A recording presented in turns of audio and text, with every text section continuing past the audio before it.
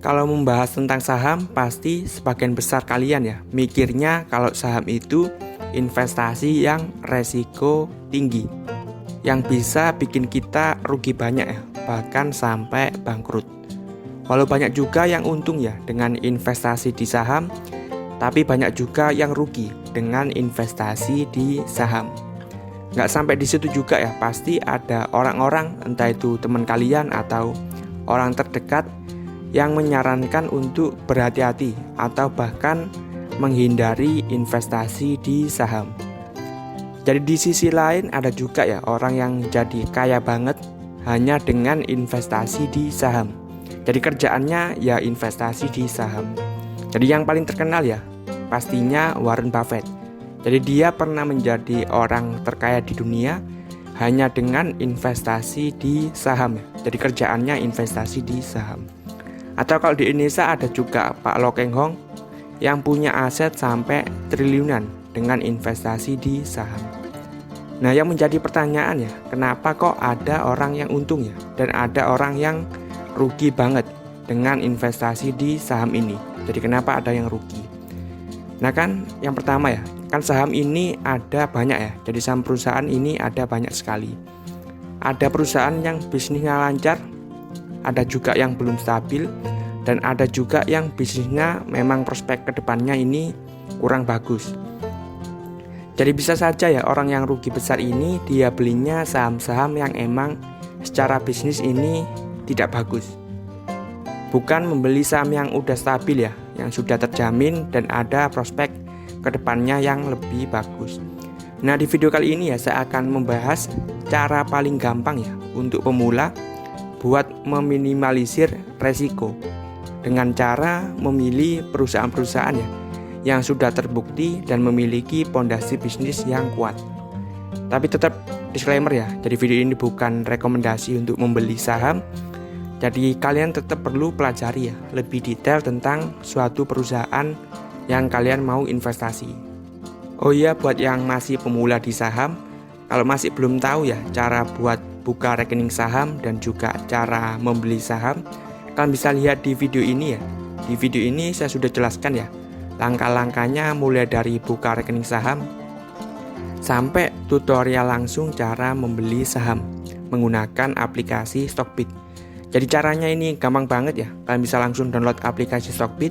Untuk linknya sudah saya siapkan ya di deskripsi di bawah. Jadi cara termudah ya untuk memilih saham-saham dengan fundamental yang kokoh adalah dengan memfilter saham. Jadi ketika video ini dibuat ya, jumlah saham di Bursa Efek Indonesia ini ada sekitar 700-an saham. Kan kalau kita pilih dari 700 saham ini kan ribet banget. Jadi di sini saya akan sharing ya dua cara sederhana, jadi sangat cocok untuk pemula untuk memfilter saham-saham di Bursa Efek. Jadi yang pertama kita bisa memanfaatkan yang namanya indeks atau list saham. Jadi ini sudah dipilihkan ya oleh orang-orang yang ahli di Bursa Efek. Jadi indeks ini ada banyak.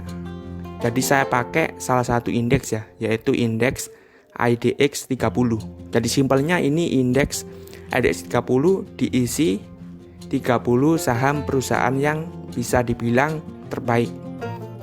Kalau pakai aplikasi Stockbit bisa dilihat ya di bagian search, di bagian tengah bawah ini. Oh ya, biar nggak ribet ya filter-filter sahamnya, cara paling gampangnya bisa pakai aplikasi Stockbit. Bisa langsung download ya, klik link download yang sudah saya siapkan ya di deskripsi di bawah. Nah di sini saya akan lanjutkan untuk tutorialnya, untuk langkah per langkahnya itu seperti apa. Kemudian scroll bawah dikit ya, scroll ke bawah dikit, nanti akan muncul tampilan indeks seperti ini. Terus kemudian pilih yang IDX 30. Nah di sini kita bisa lihat ya list saham apa saja yang masuk di indeks IDX 30 atau istilahnya 30 saham yang paling oke seperti itu. Ya di sini bisa dilihat ya saham-saham yang terbaik yang pastinya kalian semua sudah tahu ya, seperti saham Bank BCA, kemudian saham Bank BRI, Unilever dan ICBP ya. Ini yang produksi Indomie. Kemudian Kalbe Farma dan juga ada SMGR ya atau Semen Indonesia. Jadi yang pertama itu caranya seperti itu ya. Kita filter dulu menggunakan indeks yang sudah disiapkan oleh Bursa Efek ya, untuk memilihkan istilahnya 30 saham yang paling oke ya, dengan fundamental yang bagus. Sedangkan untuk cara yang kedua, bisa pakai ya salah satu rasio keuangan yang paling sederhana, yaitu debt to equity ratio.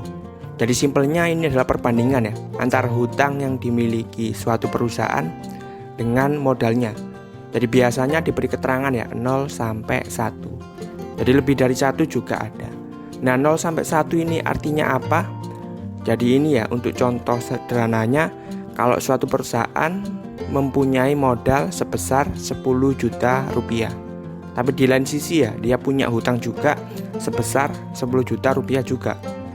Jadi nilai dari debt to equity rasionya adalah 1. Jadi 10 juta rupiah, satu ini dari mana? Jadi satu ini dari 10 juta rupiah hutangnya dibagi dengan 10 juta rupiah modalnya, jadi hasilnya 1. Kalau perusahaan punya modal 10 juta rupiah tapi dia nggak ada hutang ya, alias 0 rupiah, jadi nilai dari debt to equity ratio ini 0 rupiah ya, dibagi dengan 10 juta. Jadi nilainya atau DER-nya ini 0. Nah, di sini kita bisa tahu ya, kalau nilai dari debt to equity ratio atau DER ini semakin kecil ya, secara umum ini semakin bagus, kan hutangnya kecil ya kalau misal dibandingkan dengan asetnya. Tapi ini agak beda kalau misal kita bahas saham-saham di sektor perbankan ya, yang biasanya punya DER ya atau debt equity ratio yang besar-besar. Karena kalau misal kita ya, kalau misal saya menabung di Bank BRI, nah uang yang saya tabungkan ini itu dianggap hutang. Jadi hutangnya otomatis kalau saham-saham bank ya ini pasti besar-besar. Jadi di sini kita akan bahas ya saham-saham tentunya selain dari sektor finansial, khususnya perbankan. Nah, di sini saya akan coba cara ya memilih saham-saham yang hutangnya sedikit ya, kalau misal kita bandingkan dengan asetnya. Nah, kalau misal kita dapatkan nilai DER yang kecil, ini kan bisa dibilang cukup aman. Jadi meskipun seperti itu, kita juga harus tetap ya mengetahui model bisnis serta prospek dari suatu perusahaan ini.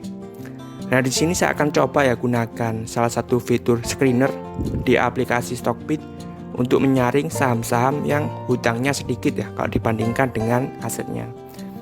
Bisa langsung ke halaman awal Stockbit, kemudian klik yang di tengah bawah ini, kemudian pilih screener yang ini ya, kemudian klik yang new screener. Kemudian untuk langkah selanjutnya pilih yang tambah rule. Kemudian pilih basic ratio. Nah, terus kemudian pilih rasio. Nah, di sini kita pilih yang solvency. Nah, kemudian kita bisa langsung pilih ya salah satu indikatornya, yaitu total debt to equity ratio. Kemudian saya akan masukkan ya batasan. Saya akan ketik 0,1. Jadi artinya saya akan pilih ya perusahaan-perusahaan yang kalau dia punya modal 10 juta rupiah, jadi dia maksimal ya hutangnya itu 1 juta rupiah.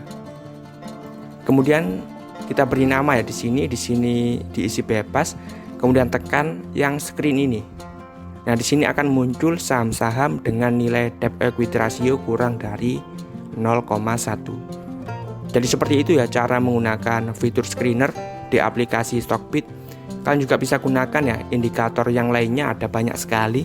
Jadi buat yang pingin gunakan fitur screener ini biar nggak ribet ya untuk memilih saham, bisa banget gunakan aplikasi Stockbit ya.